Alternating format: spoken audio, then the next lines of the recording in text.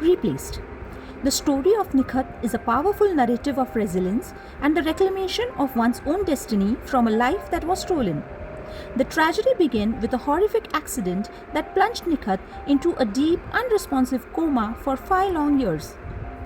At that time, she was a happy young mother to her 6-month-old son Rehan and lived a life that her best friend Mehek often envied. Mehek's own life was being marked by despair. She had been divorced by her husband because she was unable to conceive, a rejection that left her shattered and depressed. It was Nikhat who had stepped in, offering her a home and a sense of hope when everyone else had turned away. During those early days, Mehek would often look at Nikhat's caring family and whisper that she wished she could be just as lucky, a wish that would later take on a haunting significance. While Nikhat was suspended in time, her mother-in-law Ammi made a pragmatic decision for the sake of the household. Convinced that Nikhat would never wake up, she encouraged Nikhat's husband Samir to marry Mehek. This union provided Rehan with a mother figure and the house with a manager, effectively installing Mehek into the very life she had once coveted. Mehek embraced her new role with a fierce devotion, especially towards Rehan, who grew up knowing her as his only mother. When Nikhat finally defied medical expectations and woke up, she found herself an intruder in her own past. On returning home, she was met not with her infant son, but with a 5-year-old boy who recoiled from her touch, seeing her as a frightening stranger. The betrayal was compounded by the environment of her home, where her husband was now tied to her best friend, and Ammi viewed her recovery as a disruption rather than a miracle. Ammi even suggested that Nikhat stay in the guest room, living as a secondary figure, a daughter of the house, while Mehek continued to live as Samir's wife and Rehan's mother.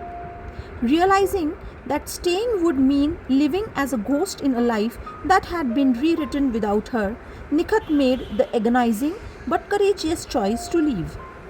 Nikhat's journey reached a profound turning point when she chose to look past her own pain to see the intricate web of treachery that had reshaped her home. Initially, her heart was a storm of anger and betrayal.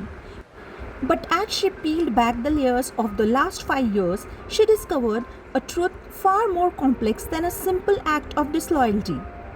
She learned how Rehan had been a crying infant in desperate need of a mother's touch, and how Mehek had stepped into that void. Without hesitation, she heard of Samir's descent into a dark, suffocating depression and how Mehek had been the only hand reaching out to pull him back. Most poignantly, she learned of the sudden death of her father-in-law from a cardiac arrest just a year after her accident. In that moment of absolute grief, it was Mehek who had been the pillar for Ammi, holding the crumbling family together when Samir was too broken to lead. The most startling revelation for Nikhat was the depth of Mehek's loyalty. Even when the doctors had advised the family to move on 3 years into the coma, Mehek was the only one who had continued to hope for the best, refusing to let them give up on Nikhat. It was only when every medical hope seemed exhausted that Ammi, desperate for the stability of her grandson and her son, had pushed for the marriage. Hearing these scenarios, Nikhat's anger began to dissolve into a quiet, painful clarity. She realized that Mehek hadn't been a predator waiting for her life. She had been a survivor who had stepped up to save a family that was drowning in Nikhat's absence. With a heavy but steady heart, Nikhat stood before Samir, Mehek and Ammi to deliver her final decision. Nikhat stood in the center of the living room, her suitcase by her side. The air was thick with the suffocating weight of guilt and unspoken apologies. Ammi sat on the sofa, her hands trembling, while Samir and Mehek stood like statues near the hallway, unable to meet Nikhat's eyes. She spoke with a grace that silenced the room, stating that she finally understood that these events were destined to happen. She realized that sometimes good people are brought together by tragic circumstances and that her presence now would only ruin the fragile peace they had fought so hard to build.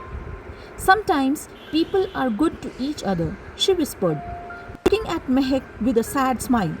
But their share in life are different. My share in this family is over. Nikhat, please, Ammi whispered, her voice crackling. I am the one who forced this. I am the one who told Samir that a house cannot run on memories alone. Don't leave like this. Stay as my daughter. We owe you everything. Nikhat walked over and knelt before Ammi, taking the older woman's hands in hers. She felt the papery skin and the familiar warmth, but the connection felt like a thither to a world that had already sailed away. Ammi, look at me, Nikhat said, her voice remarkably steady. For 5 years, I was a closed book. While I was sleeping, you all had to write new chapters just to survive the cold. I heard how Mehek held you when Abbu passed away. I heard how she pulled Samir out of the darkness when he couldn't even look at Rehan without crying. You didn't betray me, you survived me. She looked up at Mehek, who was silently weeping. You didn't steal my life, Mehek. You stepped into a ruin and turned it back into a home. If you hadn't, Rehan wouldn't be the happy boy he is today. He would have been the son of a shadow. Samir stepped forward, his voice a ragged plea. Nikhat, I never... Don't, Samir, Nikhat interrupted gently, standing up.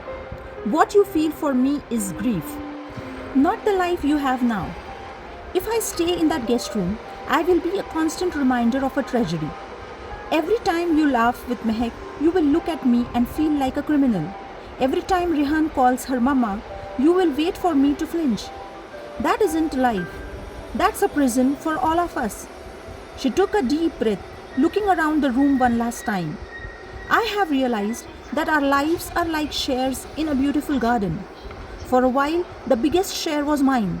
I had the husband, the child, the home. But the season changed while I was gone. My share in this family is over now, and that's okay. It's better to leave while there is still love and respect left, rather than staying until we all grow to hate the sight of one another. Where will you go? Ammi sobbed. You have nothing. Nikhat smiled, and for the first time since waking up, the smile reached her eyes. I have the one thing none of you have right now. Ammi, I have a clean slate. I am going to find out who Nikhat is when she isn't a wife or a mother or a patient. I am going to go find my own share of the world. By choosing to remove herself, Nikhat transformed her departure from an act of abandonment into a final selfless gift. She recognized that the Nikhat they once loved was a memory, and the woman standing before them was someone new who needed her own space to breathe. She left the house not as a victim of betrayal, but as the woman who had the strength to let go of a life that no longer fit her. As she walked away, she carried the dignity of knowing that her exit wasn't a defeat. It was the ultimate act of love for a family that had already mourned her once. She picked up her suitcase, gave a final, lingering nod to the life she once knew, and walked out the front door. As the gate clicked shut behind her, the silence in the house was no longer heavy. It was final. Nikhat stepped onto the pavement, took a deep breath of the evening air, and started walking towards a horizon that belonged entirely to her.